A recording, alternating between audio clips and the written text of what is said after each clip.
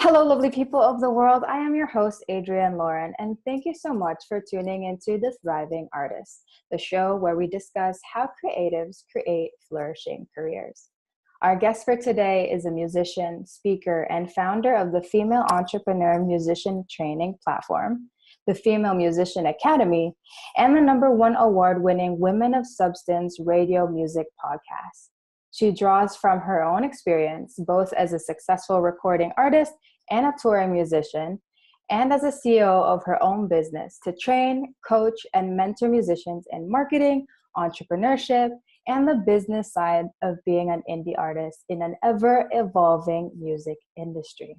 So without further ado, I would like to welcome Bree Noble. Thank you. I appreciate it. I'm excited to be here today. I was actually subscribed to your newsletters and stuff, and I get these emails and they keep me inspired to keep going.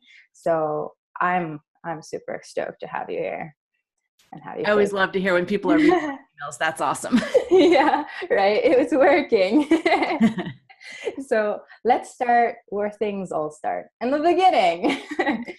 So when did your curiosity for music business begin? Let's see, music business. So, I mean, music for sure, growing up, and I was in a bunch of choirs in high school. I went to college as a music performance major in voice. Mm-hmm. And I always thought I wanted to work in the music industry, but I didn't necessarily have the business side. But then I kind of got this practical bug, well, if I don't really know how to create a music career, maybe I should have this fallback option. Yeah. Well, so I got a secondary degree in business with an emphasis in accounting. So I actually ended up becoming an accountant out of school and working in accounting jobs, and then becoming a director of finance at an opera company, which was one of the top opera companies, the top 15 opera companies in the US. So that was a really great experience, working with these big budgets and putting on all these amazing shows. We put on 5 operas a year, and top quality artists and everything. But I was really wanting to do my own music stuff, and I didn't want to be a opera singer or classical or anything. I wanted to be a singer-songwriter, but I didn't have any clue how to marry the business and the music side. So I was kind of just doing all this music stuff on the side, trying to figure things out and not making any traction for quite a while. So clearly you figured things out, because now you're one of the leading experts on this topic of business or music business. So how did that segue go from just wanting to do this and then now really doing it? Well, at one point, I decided that I was done working at the opera, the high stress environment and everything, and I started having kids. So I quit that job, and because I was home, I was able to spend a little more time figuring things out. And that, on top of the fact that I finally just decided to give up on the idea of, I need to get on a record label, I need a booking agent, I need a manager, I need all those things. Why am I not just running it like a small business? Because I loved working with small business and running my own budgets and things at the opera before that. And I thought, well, why didn't I figure this out before? Why didn't I think musicians are businesses? But I understand why. We get fed all this information about you need to get on a label. And, being that I went to college and was, becoming of age in the 90s, that was still what you did, right? You still tried to get on a label. But as the internet age had come in, and as all these, opportunities with social media and everything, I started to see why do I need a label? And I remember going to a conference, and they were doing this whole breakdown of, if you're on a label, here's what happens to the money that you make. And, when you got to the bottom of the list, it's the amount you made was so small that I thought, hey, if I made a fraction of that, but I made all my own money, then why not? And I remember hearing about Sean Mullins when he first came out, and he would sell his CDs from the back of his car before he got a record label. And he got he finally got put on a label because of all the hard work he was doing. And I thought, I could do that. Why can't I do that? So that's kind of where it started, of me just starting with the grassroots and just building my career from nothing, just taking the connections that I had in my local community and, getting gigs and not being afraid to put myself out there. I think that was another one too, is like, I didn't think that I had enough within myself to be attractive to people, for them to want to book me and stuff. I thought, I need to be a part of a band, and then, we need to make a name for ourselves that way, or I need to get into someone else's band that already has notoriety. Right. And I didn't see that I could build up confidence within myself to sell myself, because that is scary, right? Mm-hmm. Self-promotion is a whole new animal. Like, how did you face those fears and build the confidence to say, you know what, I'm doing this, I'm freaking doing this, and this is happening?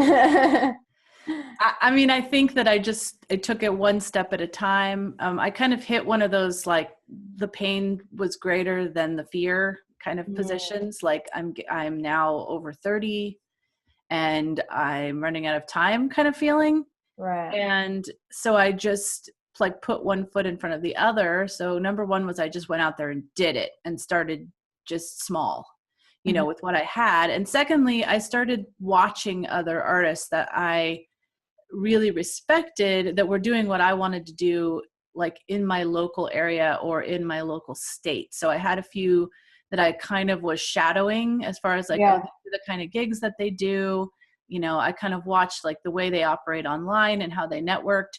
And then I got involved in a female musician mentoring group, which was about 12 people at that time from all over the US. And that really helped me because I could ask questions like, oh my gosh, how do you deal with this? And how do you set up your merch table? And what do you do when, you're calling for a booking and they say this? How do you respond? It's just all those little questions that come up. Yeah. And that's kind of what led me to do what I do now, is because that group was so instrumental for me when I was starting out. Mm-hmm. Mm-hmm. So how did the podcast and all of that start to come to play in what you do?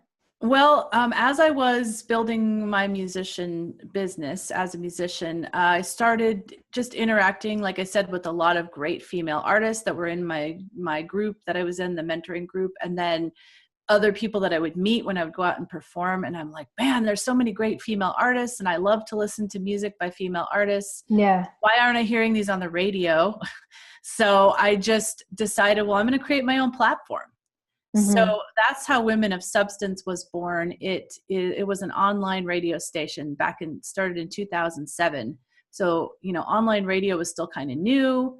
Podcasts were very new. So I didn't really jump into the podcast space right away, but we went with the online radio station, built that up over the years to become a commercial station where we had commercials, and it was it was being able to basically break even with all of my costs with the advertising. And then we moved into the podcast space in 2014 because I just saw so much growth in that space, and we haven't looked back. Like, we actually closed down the online radio portion in the end of 2017 because it's not growing, and podcasting is growing by leaps and bounds. So, we're now on episode number 805. I think it's coming out tomorrow. So yeah. How do you make that much content? Oh my goodness, that's amazing. Well, I started out very ambitiously with a 5-day-a-week show. And after I think about a year and a half, I switched it over to a 3-day-a-week show. So I make, and then occasionally we'll have like special themes, like we'll do Mother's Day theme and stuff, and we'll have more music that we want to share. So we'll do 5 days on that theme, or 10 days on, like Valentine's Day, we had just a ton of great love songs. So we had like a 10-day run for that. But I try to keep it to 3 times a week because that's about what I can handle right now. It's 10 songs an episode. So it's still quite a bit of content. And I do introduce every song on the episode and try to say something about each artist. So I think it's important to make it personal and not just like, here's a bunch of songs. I mean, you could go on Spotify and listen to a playlist if you want that. I want to give a little bit more of a, personal insight into the artist or the song. So what I'm hearing is success leaves clues. So pay attention. ask questions. With all of these podcasts that you've done, and speaking to so many successful people, what are some maybe universal traits that you're recognizing that they have that has led them to be able to do all the cool stuff that they do? Yeah, I mean, I think, you're talking about like the interviews that I do on my other podcast, which is the Female Entrepreneur Musician. I've interviewed a lot of people, as you said, and I think, there's one question that I ask everybody, which is like, talk about a time when you were struggling, when you were feeling like I'm just hitting a wall, maybe I'm just going to give up because it's not working, and how you push through that. Right. And I love that question because everybody has an answer for it. There's nobody that says like, nope, I never wanted to give up. It was always smooth sailing, So I love the answers to those questions because they give me insight into what keeps an artist doing what they do. And so many of them, it's like, yeah, I had to give up for a while, but I had to realize that my passion outweighed the struggle. Right. So that's one of the things I think is that if you really belong doing music, you'll know, because even if you give up, like it's like The Godfather, they pull me back in, right? Music pulls you back in and you can't ignore it. Like, it's just this like soul needs to be feeded kind of thing. So that's one of the things. And just recognizing that it is a daily struggle. Like we never arrive as a musician. Like, I like to talk about the 5 stages of musician career growth, but we never arrive. Like, even if we get to what I call the professional stage, there's a lot more hurdles that you have to face there too. They're just on a different level. So it's always like new level, new devil. When you're on the foundation stage, it's like, how do I make my website and what do I say in my bio? But when you're in the profession stage, it's like, okay, should I invest in this? Should I bring this person onto my team? So there's always things that we need to work out. It's just different at every level. So we never arrive. Just a never ending learning and constantly facing your fears. Absolutely. I feel like I'm terrified almost like every day. Which is a good thing, right? Because that means that you're getting out of your comfort zone. And I always tell my students that, but sometimes I get pushback. Like, I don't like being out of my comfort zone. Because I definitely, I've done that every day along the way. Like, I didn't used to like to do interviews like this. Right. Until you do it, it's new. And once you do it, it feels comfortable. And then you move on to the next thing that's uncomfortable. Speaking of uncomfortable, let's talk about the notion of the starving artist.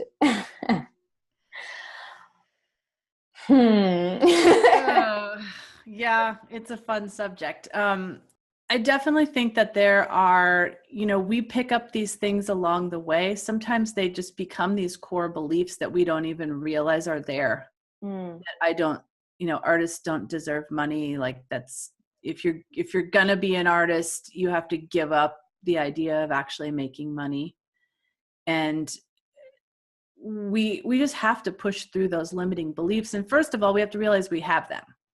Like I said, sometimes it's such a core belief and it's something that came to you so early that you don't even realize you have this belief. It's like part of your belief system that's not even recognizable at first. So that's why I like to talk about these things and bring in people that have pushed through these like money blocks, I like to call them, because they're there. And no matter how hard you work on the tactical side and the strategy side, if these money blocks are there, they'll keep sabotaging you from making money. So, and I think that, sometimes people think, oh, like people that go out and busk on the street or whatever are like, putting forth that starving artist thing. But I know a lot of people that busk that make a lot of money. Oh, yeah. So just because you're busking doesn't mean that you're a starving artist. That may be the best way that you can make money because you really entertain people on the street and they love it. Yeah. So much of it is a mindset game. And like, it's so true. Even like, having that notion of like, yeah, I deserve to be paid well for what I do. Especially like a lot of artists really invest a lot of time into their craft and and become really great at what they do, that it's like, yeah, like you should be paid well for what you do. Yeah, it's just like, my husband has a doctorate. And so when I think about what he should be paid, I think about all the years, that he went to school and he invested, and, other people invested in him if he had fellowships and things. Like, it's not just the money you spent. Like, a lot of people spent money on him to make him a good professor. And he Right. should be paid for that. And it's the same thing with musicians. You've invested a lot of time in voice, and money in voice lessons, and maybe you've gone to school and you've taken classes and all those things. Like, that all translates onto what you put out there that people pay you for. And so you should think about it that way for sure. And when you're doing bookings, like for me at first, I was so uncomfortable with what to say when people are like, oh, we can't really afford to pay musicians. We'd be happy to like, have you come and you can get promotion out of it. But I started to just say, like, this is my full-time job. Yeah. If I want to be able to continue this, I have to charge, or I won't be able to continue. It's just like any business. If there's no money coming in, you can't keep the doors open. So Yeah. I just started, getting a pretty hard line with people, like not being mean, but like, this is my profession. And if I don't get paid, then I can't afford to do it anymore. Like, we have to Literally. shut the doors. Yes, literally. Yeah. And I also, once I kind of valued my own time, especially when I was a parent, of smaller children, like I had to get a babysitter. So I started saying, like, I don't leave the house for less than $100, even if it's going down the street to sing 2 songs for somebody's birthday party or whatever it is, like I can't afford to.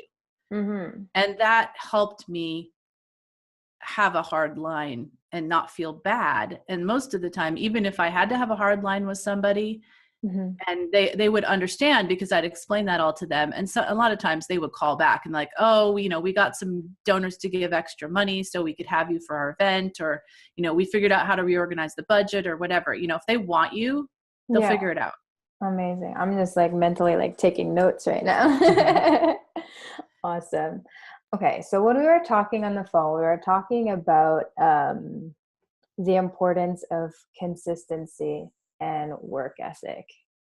This is a hard one for musicians and creatives in general, because we feel like we want to ride the waves of creativity, and because of that tends to like go completely opposite to the idea of consistency. So, taming that is one of the hardest things. And that's one of the things I work the hardest on in my community, is like, I'm not trying to shut down all your amazing ideas and all your creativity, just trying to tame it, trying to get it into a containable space so we can use that for good and not evil. So ideas, like there's so many great ideas for you out there, but all those ideas that are not the things you should be focusing on now are your enemy. And you need to look at them that way. And not that they're not going to be a fantastic idea 3 months from now, but you need to know that right now they are the thing that is working hard to distract you from what you should be doing. So I always encourage them to create what I call an inspiration vault, where you put your good ideas that come to you away, and know that you can go back to them in 3 months and they may be amazing then. They may be what you should be working on, but right now you've committed to these 5 goals, or whatever we've worked out. So with consistency, I encourage people to use some kind of a system, whether it's using your Google Calendar, whether it's using something like Asana or Trello. I personally love Asana, and because I'm the kind of person that likes to check things off. Like when I get to click the little check box and that thing disappears, I'm like, yeah, it's awesome. But if you're not that kind of person and you just need to like write things down, like whatever works for you. I am not the person that says you have to use this system. It's the only thing that works. Because if I try to give you a system that's doesn't fit with your personality, you just won't use it and it won't work. So it's about us working together to develop a system that will work best for you. But you do need a system, because if you just leave it up to the winds of change and the, whatever you ate for breakfast this morning, how that makes you feel, like that's not gonna breed consistency. So, I mean, I wouldn't have made 805 podcast episodes, and I wouldn't be on episode number 163 of my other podcast if I just like said, oh, I think I feel like making a podcast today. Like you have to have a system set up. And for me, with my podcast where I do interviews, but I also teach, I've set up a system that forces me to teach every week by having a Facebook Live show every Monday. Mm-hmm. And so therefore, like, I have to come up with a topic. I have to go out there and do it because people are expecting me to be there. I've said I've got this show. It's going to be every Monday and I will be there. Yeah. And so I've created that accountability for myself to be consistent. And those of my students that have done that have done like weekly Facebook Lives. And I'm not saying you have to do it forever. You could do like, I'm going to do a 3-month run of this Facebook Live show and see how it goes. They have seen so much great growth and momentum of people coming back for that show. And then they can like retarget them and encourage them to join their email list and come to their shows and all that stuff. They've developed a relation through consistency. So that's why I think it's so important for building a fan base. Mm-hmm, mm-hmm. I love it. It's like bringing the left brain, right brain all together. And which now I have another question. So for a lot of creatives, and you kind of brought this up as you were answering this question, that a lot of creatives have a lot of ideas. And a lot of times they're multi-passionate and they want to explore many different things to the point that it gets really overwhelming and they don't really know what to do. They don't know how to get started. But a little birdie told me that you have a gift, a little freebie for people who are kind of in that situation where they're like overwhelmed with a lot of things, but, need to really hone in and make their goals happen. So tell me more about that. Yeah, absolutely. So that's why I created the SMART Goals workbook, because it takes you through a process of just like, don't worry, we will get all those ideas out. We'll do a big brainstorming session and then we'll kind of organize them and we'll figure out, okay, what are the things that I want to focus on for the next 90 days? And we'll deduce all of that down to 5 areas. Mm-hmm. And I always encourage people to look at 5, try to make them like different aspects of your business. Like, one goal might be income related, one might be booking related, one might be recording related, songwriting related, practicing, 5 different areas. And so it takes you through this process of doing the brainstorming and then deducing it down and then coming up with your 5 goals. And that will really help you know what you need to be focusing on. And then you can break those goals down to action steps, which are the things that you can put on your Asana or Trello or your handwritten list, every day. Pick some of those out. We kind of teach you how to prioritize those and figure out which ones you should do first and stuff like that. Mm-hmm. So the SMART Goals workbook, people can get that at femmusician.com/goals. And I know you're going to have the link here, but it's F as in female, E as an entrepreneur, musician.com/goals. Mm-hmm. Thank you so much for your time. It's been a pleasure chatting with you, Bree. And thank you so much for all of this practical insights and immediate actionable things that people can do. So for the viewers, I hope that you take advantage of Bree's free workbook, because the only way that you're going to be able to make your dreams come true is if you start putting things into action like now. So you better go check that out. And I know you will, because you wouldn't be watching a show like this if you weren't a go-getter.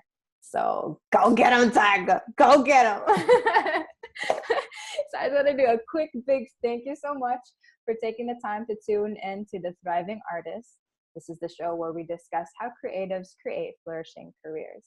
In the meanwhile, stay inspired, stay motivated, and stay on your grind because the world needs that special something that only you have. And we'll see you when we see you. All right, bye guys.